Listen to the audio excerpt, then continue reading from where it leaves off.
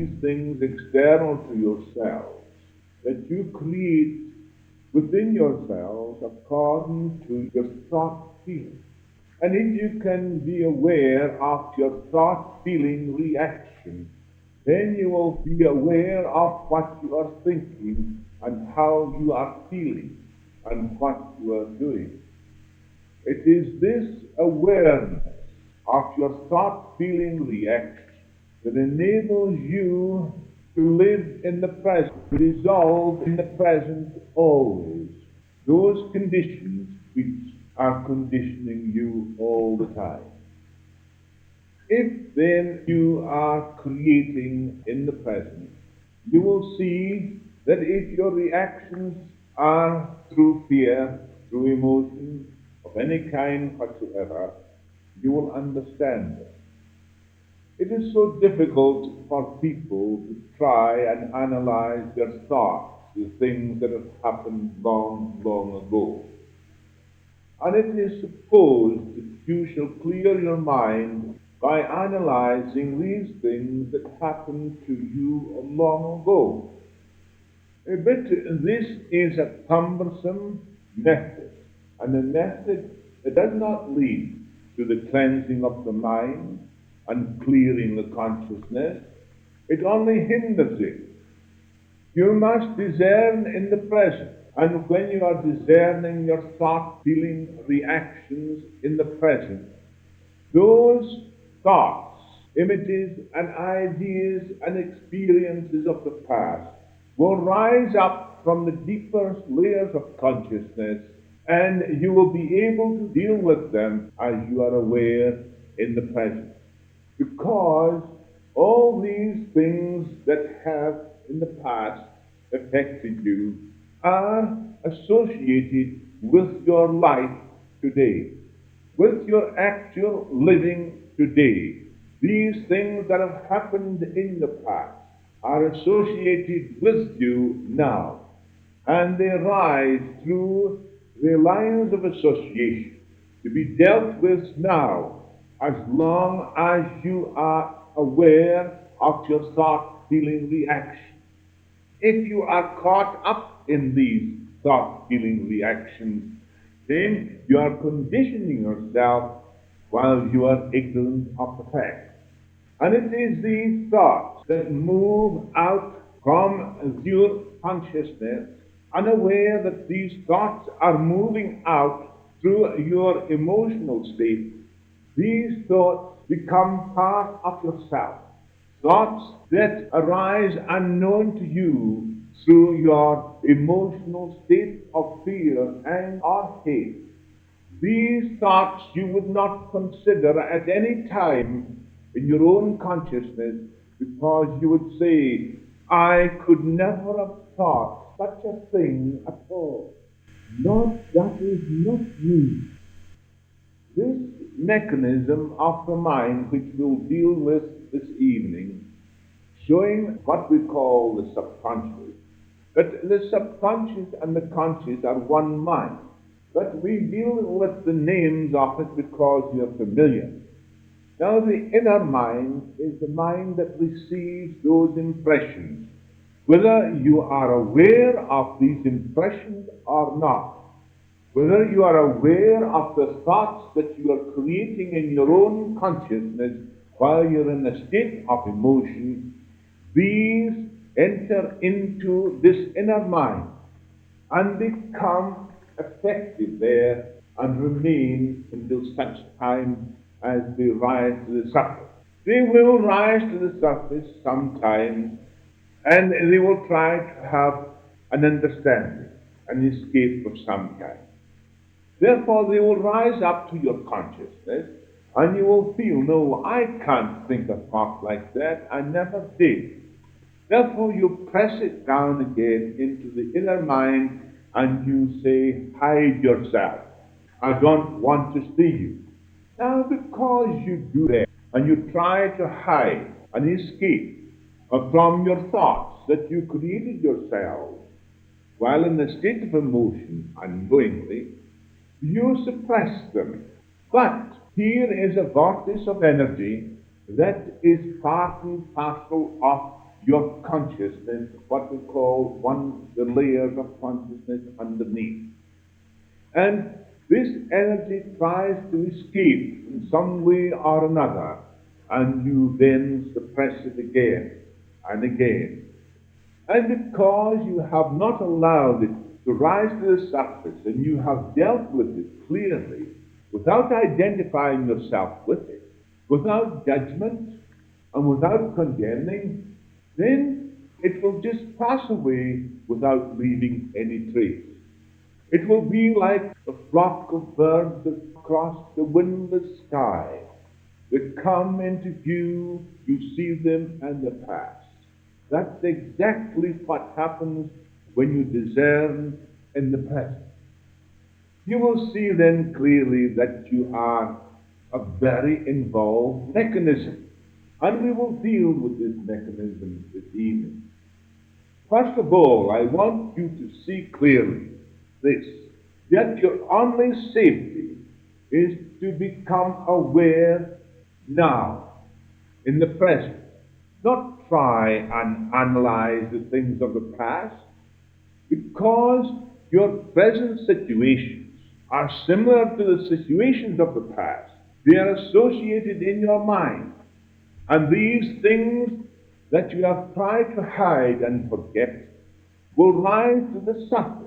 And as they rise to the surface consciousness, you'll be able to deal with them, you'll be able to read them and understand them. And you will no longer be bothered with them, they will pass away. You will be free. It is the freedom you require. And there is only one way of obtaining that freedom. No matter how many people will give you ideas about the truth is not an idea.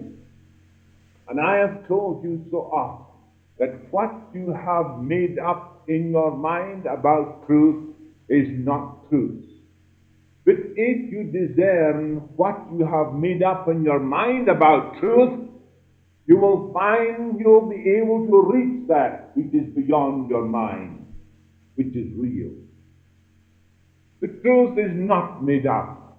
The truth is, it doesn't have to be made up. Your ideas about truth is in your mind, which you think it is. Therefore, all you have of truth is an idea, and not the truth at all.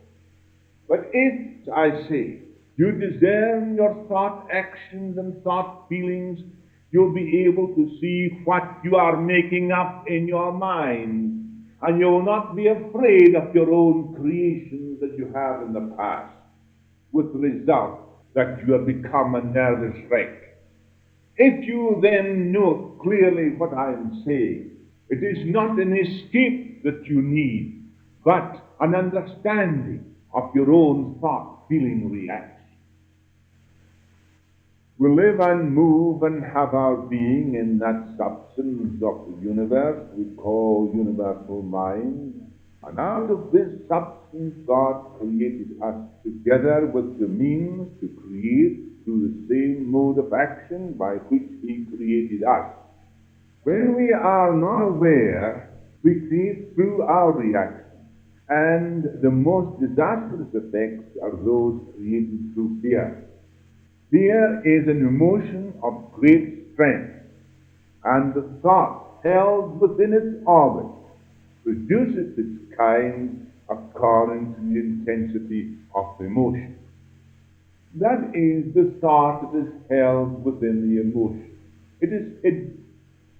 And if you discern, of course, clearly, you will know those thoughts. They are no longer hidden, but you discern them now. You don't have to rummage away in your subconscious mind to find the things that are troubling you. You know them now. And it's by knowing them now in the present that you are released continuously from moment to moment. Then you have that renewal of that which is reality itself. So it is necessary to have a working knowledge of the mechanism through which our thoughts and feelings move, producing within ourselves pleasant or unpleasant results. For we create both within ourselves. We have already learned that the body is the sounding board of our thoughts and emotions. So we create the pleasant and the unpleasant things within ourselves. It's how you react to conditions. Yes, you may think it is true. The pleasant and the unpleasant things you create within yourself.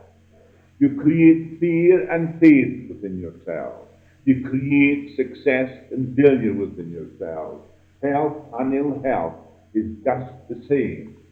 These belong to the world of opposites. And when you try to escape from the negative, you try to put a positive in its place. That's how you think you can escape. But you can't. You cannot escape at all because the negative is always there.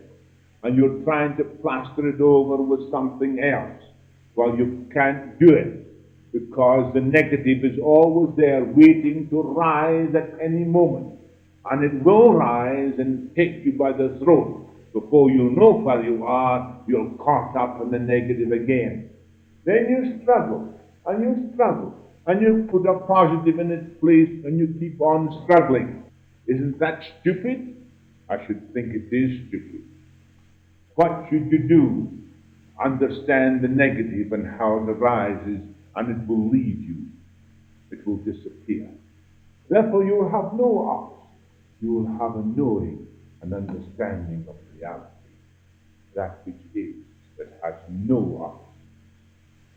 Opposites are created in the mind. That's what you make up with. My teaching, I assure you, is different to all the teachings you've had before because the other teachings are immature. Because they do not come from the Master. They are immature because the people do not know the truth themselves. They're always trying to give you an idea of the truth. And you think you have the truth when you get an idea from a book. And you think it's wonderful. But I tell you, you're being caught up in ideas again.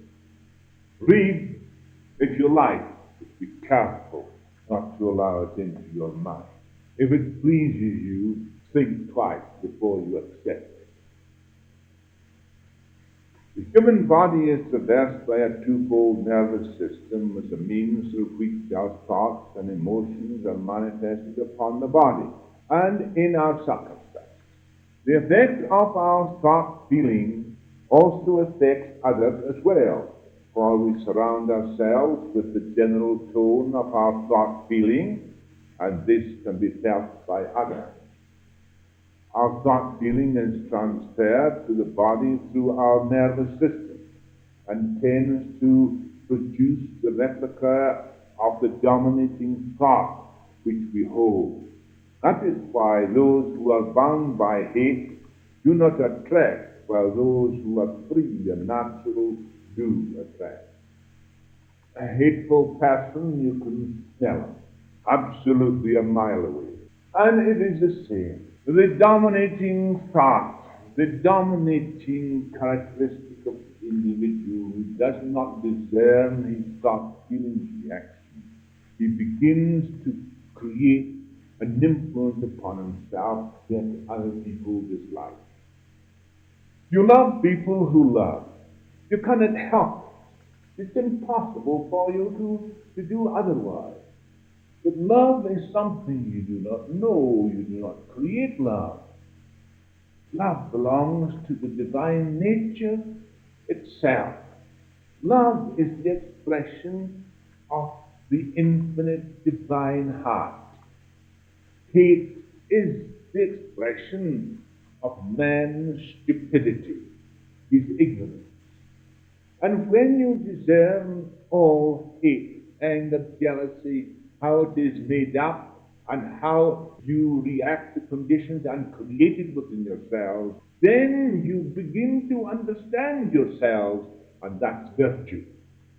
Virtue is not, as it is, an idea of trying to concentrate on some saint or some kind of saint, and you think by concentrating the saint that you will obtain the virtue of that saint. As a matter of fact, the only way you could obtain virtue is to understand yourself. And when you understand yourself, you will find that is virtue. Virtue comes from the realization of what you are, yourself, and not what you want to be, while you do not know what you are. So if you do not know, you are greedy. If you do not know, you are selfish. If you do not know, you are jealous. If you do not know, you have all these negative so-called things in you, and then you try to concentrate on some sin to make yourself virtuous, then you're a fool. And that's the whole story about it. It's impossible for you to obtain virtue in that way. But when you discern all your own qualities, so-called qualities, which I call these personal qualities that most people have, hate, jealousy, anger, and so forth, when you discern these things, they will drop away from you. And then, after you have discerned all these things, you'll know yourself, and self-knowledge is the beginning of virtue. The nervous system is dual in nature. One system is known as the sympathetic nervous system, and is a channel for all the activities of nature herself. These activities are not consciously directed by the mind of man, nor are they directed through our will, but manifest according to the intelligence that builds the body. Nevertheless, this system is thrown out of here by our fear thoughts, etc. Call it thought feeling, if you like, or more comprehensive understanding. This system is naturally called involuntary, which directs the process of digestion, circulation, building and repairing of the body tissue, and the excretory system through which we get rid of the waste matter. It also controls the heart, lungs, liver, spleen, kidneys, bowels, glands, etc. In fact, it has a multitude of different activities in the performance of the control and direction of body function. It is only when we realize what it does do we begin to respect it, thereby leaving it to carry on its work unhindered. So nature has created a mechanism for its own expression. It's an intelligence that's still working and continues to work through the whole organism. This intelligence is God in action. When you have seen me, you have seen the Father, Jesus said, and that is a very great truth, because no one could create you or me except God himself. And there's only one life, and God being the only living being there is, my living is proof of his living in me. And as the Master said, I am in the Father, and the Father is in me, it's a truth for you and me as well, because it could not be otherwise, God being infinite in nature. The cerebrospinal system is that system which is under the control of the conscious will. It enables the body to move from place to place. Through it we receive impressions through the senses. We build these impressions into mind pictures, which we believe to be true according to our experiences and memories. This center is in the frontal brain, connected with the center of individuality, where man feels himself to be a separate individual. There is no time or space to go into details of the functions of the cerebrospinal system at present. What I am aiming at is to show you how your thoughts and emotions are transferred to your body and beyond your body. I have given you already a short resume of conscious and unconscious activities, and although I may be repeating something of what I have said before, it is so important that it warrants this repetition. The sympathetic nervous system has its center in that ganglion mass at the back of the stomach, known as the solar plexus, situated right at the back, connected with the spine, but it's inside at the back of the stomach. It's a brain that's made up of the same tissue as your brain here is, exactly the same. Now, the nervous system is the elongation of the brain. And the nerve tissue along the whole trunk of the nerve is made up of an exact same material as your brain is made up of. And your brain being just the root of the nervous system, its branches have its ramifications right through the whole of the organism, just as a tree has its roots in the ground. Therefore, the tree trunk and its branches are made of the same material, so is the same happens to be your nervous system as well. But you will notice that your head is up, in that the root is in the top and not in the ground, for the simple reason that we are living in ether. In the ethereal world we exist. And it is the magnetism that passes down from above. It enters in through the top of the head, which gives us the life process that passes down the whole of the body, through the brain, through the nervous system, right into the ground, and back from the ground again into the body, and back out into the atmosphere once more. There is a continual flow all the time of this life force in, out through your body, and passes out through your skin and out into the atmosphere, known as the invisible evaporation. If your skin was totally prevented from giving off this invisible evaporation, you could not live. If you wringed your skin from top to bottom or burnt completely, then there's a danger of you living upon this earth. You'll probably leave it. Just as you wring back a tree, so the tree dies, so would you also if you were wringed back in the same way. In the olden times, that was some of the hideous things that they used to do. They used to make a band and tear the skin off so that the person would die in agony. But it didn't last very long. That was one thing sure. But the main thing is this.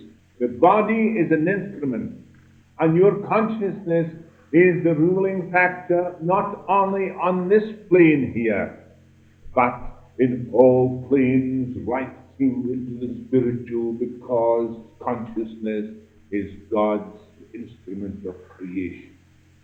And He has granted the same life in us as He has in Himself.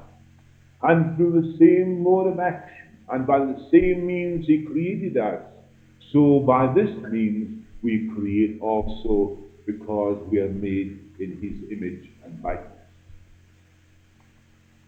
We can say that the cerebrospinal system is the organ of the conscious mind, and the sympathetic system is the organ of the subconscious.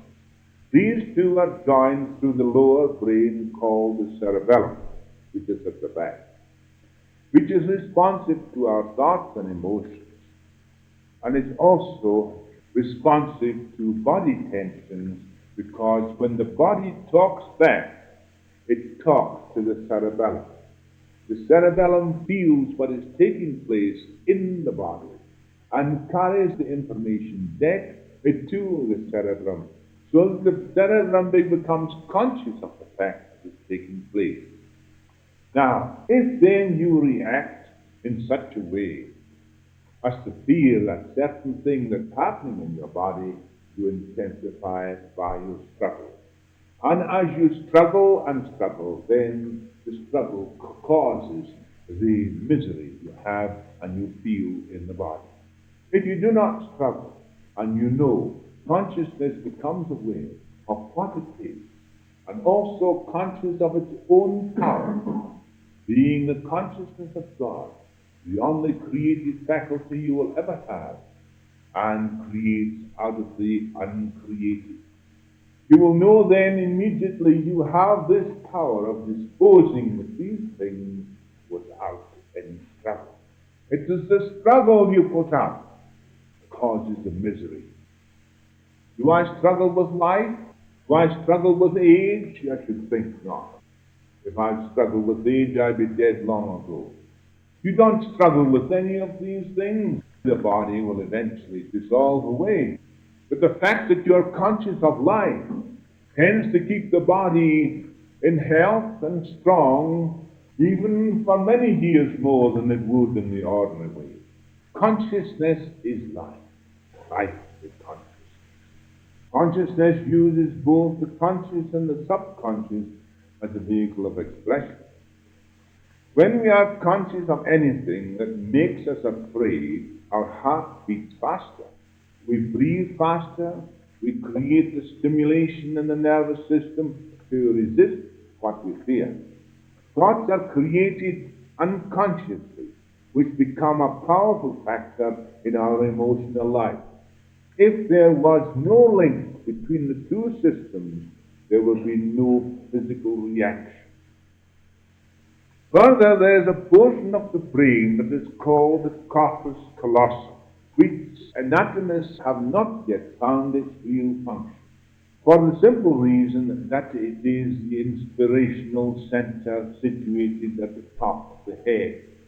It is the center of our sixth sense to which inspiration comes, otherwise knowledge beyond obtained by the five senses. You see through reading, you read through sight, you hear through sound, you feel through touch. And you have these senses. Now these senses give you vibrations. Vibrations only you receive. You're receiving the sound of the vibrations of my voice. They pass to your ear.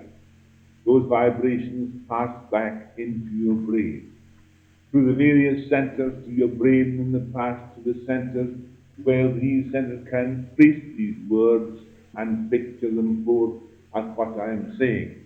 What you see is a light vibration.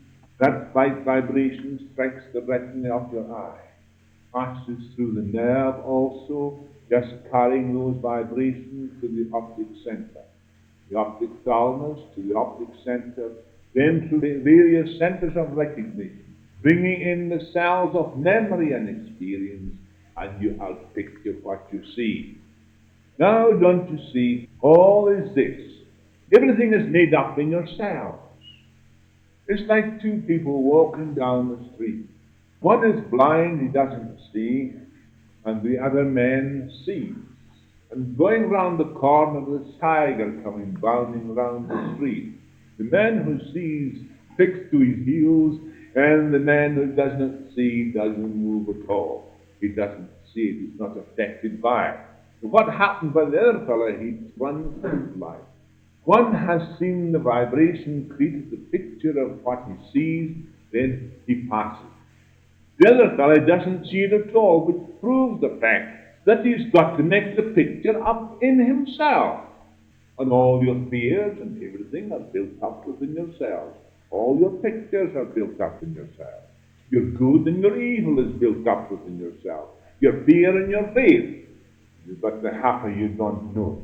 You're just walking around, wondering what you see and what you feel and what you hear.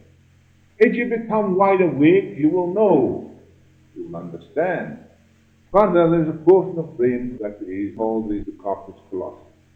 It is the center of our sixth sense to which inspiration comes, otherwise knowledge beyond obtained by the five senses. The conscious mind lays hold of these vibrations and transfers them into thought action, similar to those vibrations received through the senses, yet vastly superior in nature. The conscious and the subconscious require an interaction so the orders can be carried out. Correspondence between the two nerve centers is necessary, And this is performed by the motor and sensory nerves which connect all the way down the spine. Also the vagus nerve which comes direct from the brain, passing down each side of the neck. From the brain, sympathetic nerve plexus and the join together, making the individual one conscious being, where the cerebrospinal activities are joined with the sympathetic nervous system, making you a single unit. This nerve has ramifications throughout the thoracic area, culminating all over the abdomen, where its fibers connect with the ganglionic mass of sympathetic nervous tissue, uniting the two systems as one. So we find that our conscious thought feeling is passed on to the sympathetic nervous system to influence it. Thus our nervous system is the organ through which the body becomes a sounding board for our thoughts and emotions, because it's the elongation of the brain. The inspirational center, the corpus callosum, is developed through the understanding of the self and what is made up in the self by the self, so that the higher vibrations of the spiritual world are perceived. Their effect on our nature, when these unformed vibrations are formed into a more definite shape, is uplifting. Thus, they can be of inestimable value to ourselves and mankind in general. Although nature has created the system through which she can work unhindered, man can interrupt this work through his fears, hates, etc. Yet nature has provided this wonderful center, corpus callosum, as a means of inspiration. When the consciousness lays hold upon the vibrations that come through the sixth sense, similar currents are induced in the involuntary nervous system, giving it encouragement to function with greater efficiency, thereby prolonging life on earth with greater happiness and peace in mind and body. Here is an instrument that God has created, that man can, by his own volition, find the way beyond the physical body, and he finds it through the way that God and that great inspirational power reaches through the physical body. You have various centers in the body, have you not? When you go to sleep at night, you probably leave your body. But you leave your body through a center on your spleen, on the left-hand side here. You lie probably just asleep, just as your body sleeps. You're not awakened because you haven't yet awakened. But some of you are, I think, awakened, so you leave your body and you go through the astral world and you go to many places. You go to help people, you do many things. But when you pass out of the physical body, eventually never to return to it, you pass through the top of the head. And it is through the top of the head you escape the physical body, carrying with it the ethereal body, which forms again into the same shape as the physical body, because it interpenetrates the physical body and is the exact cause. And that interpenetration in the physical body has the counterpart, an ethereal counterpart, which lives in the ethereal world, and you will find that there is a second death. But the second death, which comes quite easily to the individual who knows. The first death comes to me and to those who know, just as Jesus knew the first death. He did not die. The first death and the second death are of a similar nature. I could tell you all about stories that I have passed out through the physical body. When I was laid out in the no man's land 4 days, carried in with the dead, on the edge of the ground being to be buried. I didn't know that I was 4 days lying in this lorry with other corpses waiting to be put in the ground, but I just came to in the moment when I was being put into the ground. But during that time I was not dead, I was alive. I was more interested in what I had seen before, around me and beyond. And I then became conscious of a wound which gives me pain. And that consciousness of wound gives me pain because people grow. And then I heard the word say, there's a live one here somewhere.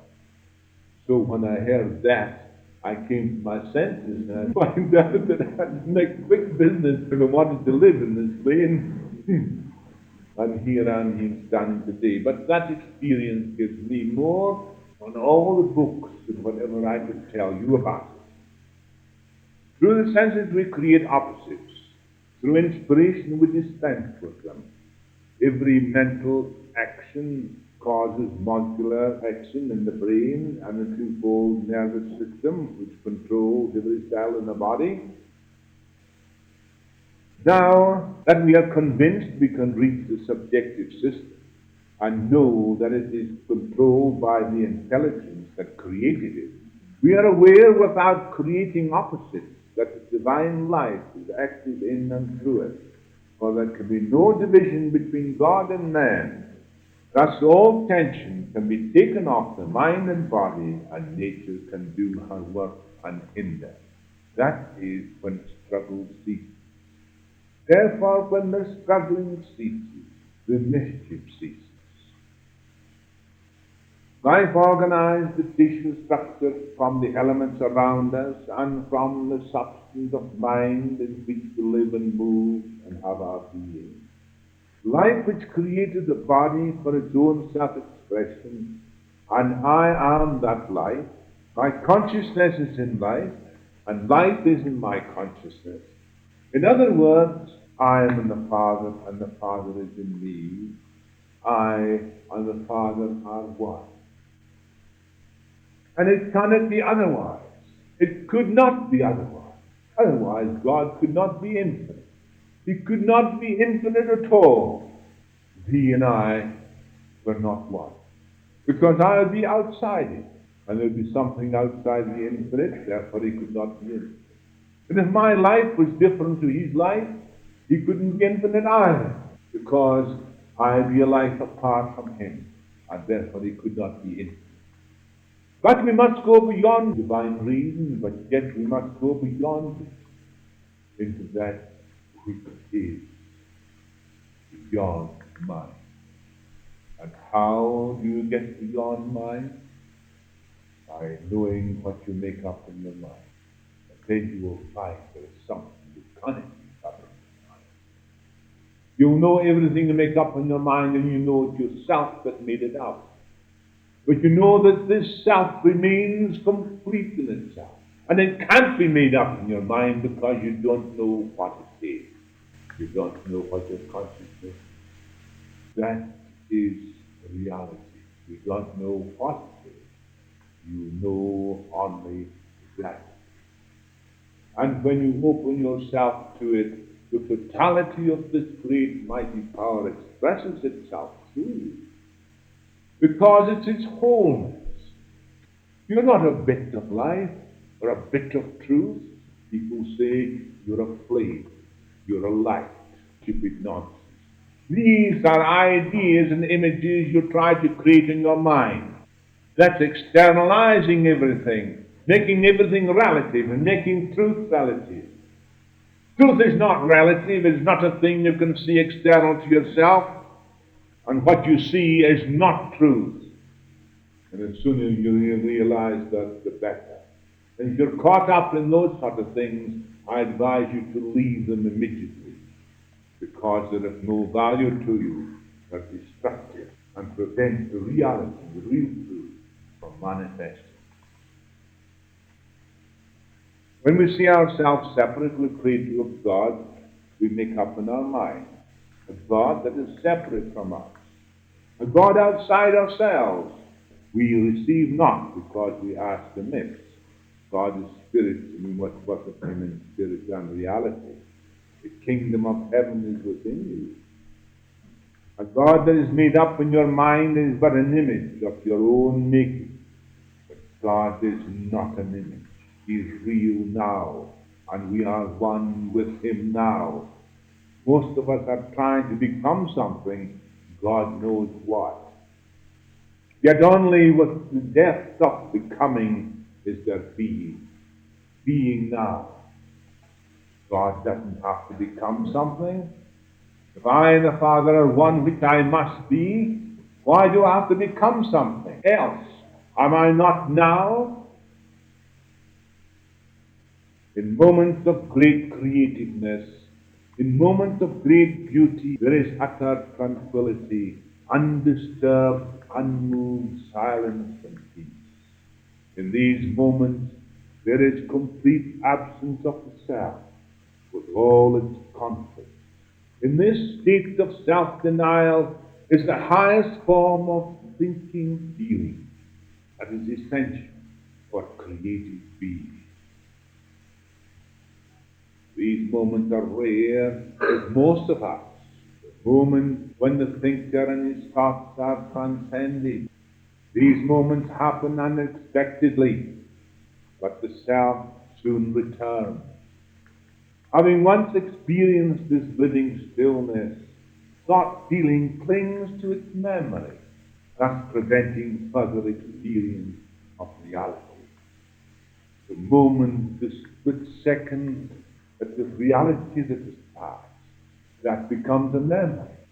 It's past. Past is in the mind, the future is in the mind. The ever present is always renewing self in you and me. If we can then catch that renewal every second and not try and make it a memory, but the experience then becomes a memory, and you try to recapture that memory, do you think that you can ever get another moment, split second of reality, while you're trying to remember that which is past? Reality is now. It is not something that you've got to get in the past or the future. You're all living in the future or the past, somewhere or another. And yet you miss the great and mighty, ever-present reality. The cultivation of memory is effort directed along wrong channels, resulting in the strengthening of the self with its opposite, conflict and pain. But if we are completely and deeply aware of our problem and conflicts, and try to understand them instead of trying to escape from them, then the cultivation of this self-knowledge will bring about an alert, passive state which induces tranquility. Then in this living silence, this living silence, when all the noise of conflict and opposites have died, there is reality. Only in utter simplicity, when all craving has ceased, is the bliss of eternal reality. And craving for spiritual things and craving for material things are just the same. It's craving. Craving goes away from reality, which is. Craving goes away from the center of complete supply. Craving from the physical and craving from the spiritual takes you away from that which is ever present now. That which you want now. That which you seek, you lose because it's a craving. You want to become something. If I can only bring it into your mind, that becoming is going away from reality. Being is reality. In this tranquil state, all tension is released from mind and body. When this happens, nature expresses itself. This is being. The soul is the ethereal vehicle of the deathless, immortal, creative spirit. Spirit is the immortal part of the human constitution. It never knows death nor sickness, neither does it exist in opposites. It is the only consciousness you will ever have. Be ye perfect as your Father in heaven is perfect means When the divine consciousness is freed from the opposites and conflicts of the self, then the perfect shall reveal itself. It is hidden by the conflict you have within the self. God is the head of the universe. He is right here to stay. In fact, He's always been. He's never been away. It was in man's own mind where separation began.